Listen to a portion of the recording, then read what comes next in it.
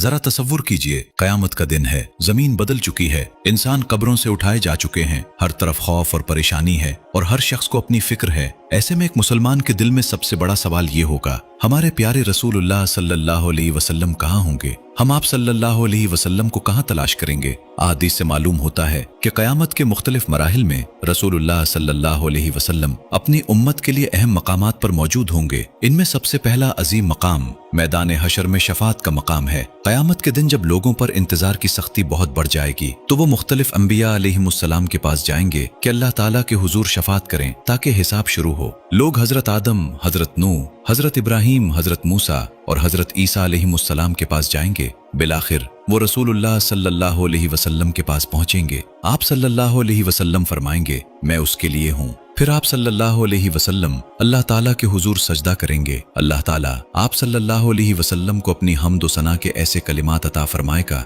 जो उस वक्त आप सल्लल्लाहु अलैहि वसल्लम को सिखाए जाएंगे। फिर फरमाया जाएगा, ए मोहम्मद सर उठाइए, कहिए आपकी बात सुनी जाएगी, मांगिए आपको दिया जाएगा और शफात कीजिए आपकी शफात कबूल की जाएगी। ये रसूलुल्लाह सल्लल्लाहु अलैहि वसल्लम की अजीम शफात होगी। लेकिन कयामत के दिन एक और मकाम ऐसा होगा जहां रसूलुल्लाह सल्लल्लाहु अलैहि वसल्लम अपनी उम्मत का इंतजार फरमा रहे होंगे और वो है हौज़े कौसर। रसूलुल्लाह सल्लल्लाहु अलैहि वसल्लम ने फरमाया, मैं हौज़ पर तुमसे पहले मौजूद हूँगा। ये हौज़ अल्लाह ताला की तरफ से रसूलुल्लाह सल्लल्लाहु अलैहि वसल्लम को अता किया जाएगा। अहदीस में इसके पानी की खूबसूरती बयान करते हुए आया है कि उसका पानी दूध से ज्यादा सफेद और शहद से ज्यादा मीठा होगा और इसके बर्तन आसमान के सितारों की तरह कसरत से होंगे। जो शख्स उसमें से पी लेगा उसे उसके बाद कभी प्यास नहीं लगेगी। जरा तसव्वुर कीजिए, कयामत की सख्तियों के बाद एक मोमिन हौज़ के करीब पहुंचता है और वहां रसूलुल्लाह सल्लल्लाहु अलैहि वसल्लम मौजूद हैं। लेकिन यहाँ एक ऐसी तंबीह भी है जिसे सुनकर इंसान को अपनी जिंदगी के बारे में फिक्रमंद हो जाना चाहिए। अहदीस में आया है कि कुछ लोग हौज़ की तरफ आएंगे लेकिन उन्हें वहां से दूर कर दिया जाएगा। रसूलुल्लाह सल्लल्लाहु अलैहि वसल्लम फरमाएंगे कि ये तो मेरे लोग हैं। आप सल्लल्लाहु अलैहि वसल्लम को बताया जाएगा कि आप नहीं जानते कि उन्होंने आपके बाद क्या तब्दीलियां पैदा की।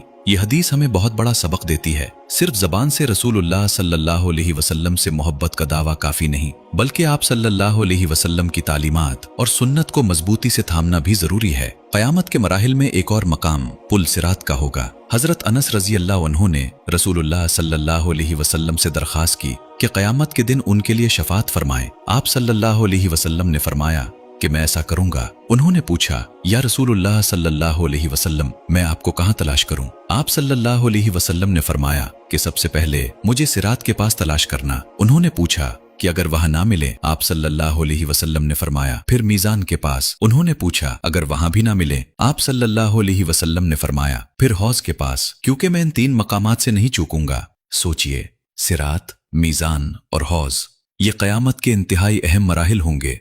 इसीलिए आज हमें ये नहीं सोचना चाहिए कि सिर्फ कयामत के दिन रसूलुल्लाह सल्लल्लाहु अलैहि वसल्लम को कहां तलाश करना है।